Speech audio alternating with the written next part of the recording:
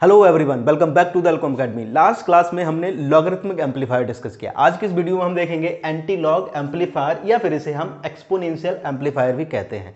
Antilog amplifier का generally हम use कहाँ करते हैं, क्या है ये, इसके बारे में मैं थोड़ा सा आइडिया जो है वो मैं आपको फर्स्ट लेक्चर में, यानी कि जब मैंने लॉगरिथमिक एम्पलीफायर पढ़ा था लास्ट लेक्चर में, वो मैं आपको दे चुका हूँ। तो मैं यहाँ पे बहुत डिटेल में नहीं जाना चाहता, है ना। मैं चाहता हूँ कि आपने अगर वो वीडियो नहीं देखा है लॉगरिथमिक एम्पलीफायर, तो आप वहाँ पर देख लें। मैंने बताया है वहाँ पर कि क्या एप्लीकेशंस होती हैं लॉग और एंटीलॉग एम्पलीफायर्स की, और जनरली दोनों ये क्या करते हैं, किस तरीके के ऑपरेशंस करते हैं। तो हम जस्ट ये देखेंगे कि बेसिकली एंटीलॉग एम्पलीफायर कर क्या रहा है, इसकी जो आउटपुट है उसका जो एक्सप्रेशन है वो इनपुट के साथ किस तरीके से आता है। क्लियर है? तो without the further delay let's start. Antilog amplifier, जैसे कि नेम सजेस्ट कर रहा है, ये जस्ट अपोजिट होता है लॉग एम्पलीफायर के। लॉग एम्पलीफायर आपके पास क्या होता था, आपके पास एक सिग्नल ए है, अगर आपको उसको लॉग लेना है दैट इज लॉग, ये आपका क्या बनेगा, लॉग ए। अगर मैं एंटीलॉग की बात करता हूं, आपके पास एक सिग्नल है दैट इज ए, तो इसका जो एंटीलॉग होता है वो बेसिकली क्या होता है, एंटी लॉग। तो एंटीलॉग जो बेसिकली होता है that is your e to the power a,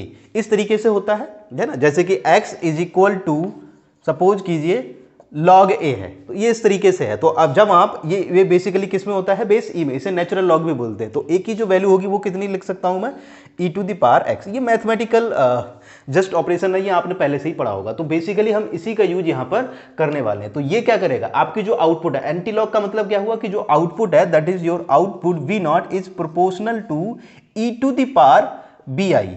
इस तरह की फॉर्म में कुछ ना कुछ आपको आउटपुट मिल रहा होगा। क्यों? क्योंकि जो आउटपुट है, output must be proportional to the antilog form of the input. तो इस तरीके से आपको आउटपुट मिलेगा। आप चेक कर लेते हैं कि ये किस तरीके से हमें यहां पर आउटपुट मिल रहा है। इसका एक्सप्रेशन हम कैलकुलेट कर लेते हैं। तो एक्सप्रेशन कैलकुलेट करने के लिए देखिएगा, ये नॉन इन्वर्टिंग टर्मिनल है, इसका जीरो है तो ये भी जीरो होगा। जैसे suppose this is a node, यहां पर ये जो डायोड है, देखिए जो स्कीमेटिक बनाया है, अगर लॉगरिथमिक एम्पलीफायर से कंपेयर करें तो लॉगरिथमिक एम्पलीफायर में जो डायोड था वो हाँ फीडबैक पाथ पे यूज करते थे, रेजिस्टेंस को आप यहां लेते थे। आपके ने क्या किया, एंटीलॉग के केस में दोनों को इंटरचेंज कर दिया। बाकी जो भी स्कीमेटिक है वो कैसा रहेगा, एज इट इज सेम रहेगा। तो ये 0 वोल्ट पे हो गया। अब डायोड है, तो ये डायोड आपने जब इस पोलैरिटी के साथ ऐड किया है तो आपने इनपुट कैसे ली है, पॉजिटिव इनपुट ली है।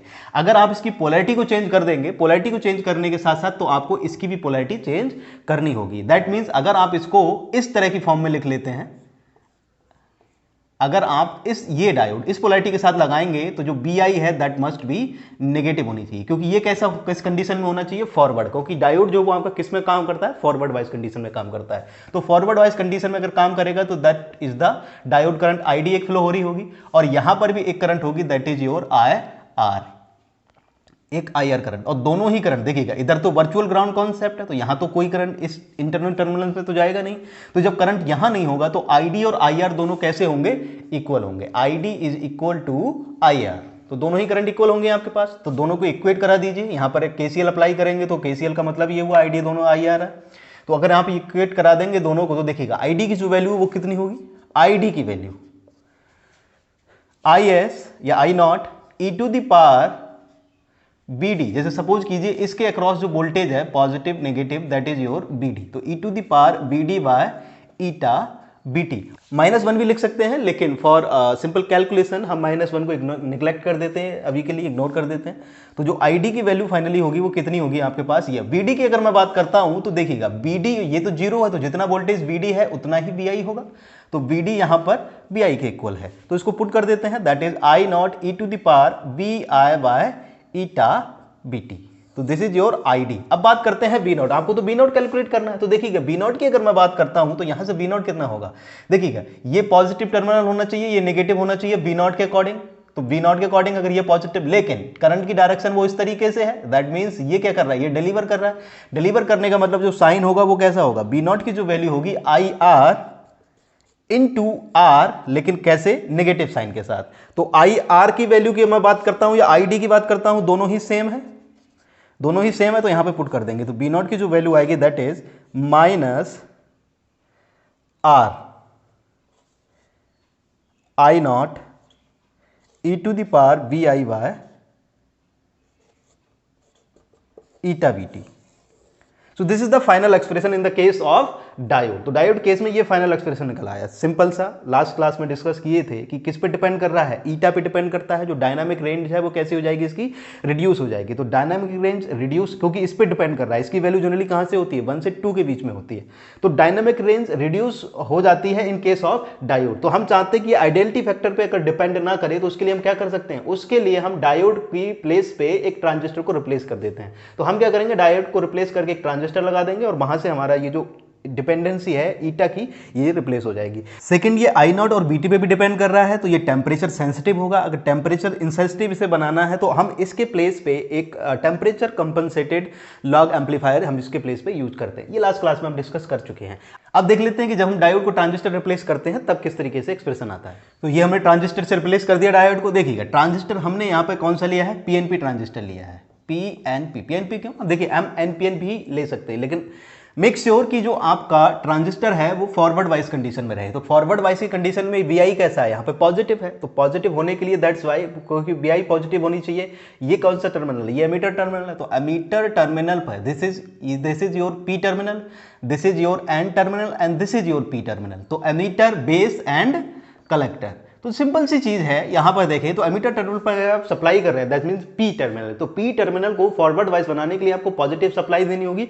That's why we use here a PNP transistor. अगर आप चाहते हैं एनपीएन ट्रांजिस्टर तो कोई बात नहीं, यहाँ पे एनपीएन होगा तो ये एन होगा, तो यहाँ पे आप सप्लाई कैसी दे देंगे, नेगेटिव दे देंगे। क्लियर होगा, तो दोनों ही ट्रांजिस्टर को आप यहाँ पर इजीली यूज कर सकते हैं। तो देखिएगा, ये जीरो है तो ये भी जीरो होगा और ये भी जीरो होगा। तो मैं ये कह सकता हूं इस केस में जो एमीटर बेस वोल्टेज होता है that is your BEB. So this is your BEB. तो ये वैल्यू होगी, और जो बीईबी है वो बेसिकली किसके इक्वल होगा, बीआई। यहां से देख रहे हैं, क्योंकि ये ग्राउंड है ये भी ग्राउंड है, तो ये दोनों कैसे हो गए, ये वर्चुअल शॉर्ट हो गए। वर्चुअल शॉर्ट होने का मतलब ये है ये किस तरीके से बिहेव करेगा, एज अ डायोड की तरह वर्क करेगा। अब यहां पर देख लेते हैं बी नॉट की जो वैल्यू है वो कितनी होगी, बी नॉट की जो वैल्यू होगी वो सिंपल सी आई आर इंटू माइनस के साथ आई आर इंटू आर। ये वी नॉट की वैल्यू होगी। आई आर की अगर हम बात करें तो I R is equal to I D. जैसे सपोज इसके अक्रॉस जो करंट है आई डी, जो भी है आई डी, तो आई आर दोनों इक्वल होंगे। और इसकी जो वैल्यू होगी वो किसकी होगी, I S saturation current e to the power B E V, जो वोल्टेज है फॉरवर्ड वोल्टेज कितना, B E V by B T. -1 को हम इग्नोर कर देते हैं अभी के लिए, आप चाहें तो इसे ले भी सकते हैं। तो this is I S e to the power B E V की वैल्यू किसके इक्वल है, that is V I over B T. ये किसकी वैल्यू है, आई डी या फिर आई आर की वैल्यू। इसको यहां पर आप पुट कर दें तो जो वी नॉट आपको मिलेगा वो कितना मिलेगा, वी नॉट हो जाएगा minus R I S e to the power B I over B T. So this is your final expression. देख रहे हैं यहां पर ये बी आई इसके इक्वल हो गया, ठीक है। यहां से ये जो ईटा की डिपेंडेंसी थी आउटपुट की वो यहां से रिमूव होगी। दैट मीन्स ट्रांजिस्टर की हेल्प से हम डायनामिक रेंज को इंक्रीज कर सकते हैं। तो एंटीलॉग एंड लॉग एम्पलीफायर दोनों ही आपके कंप्लीट हो चुके हैं। होपफुली अब आपको अच्छे से ये क्लियर हो गए होंगे। If you have any doubt और suggestion please ask me in to the comment section. तो see you in the next one.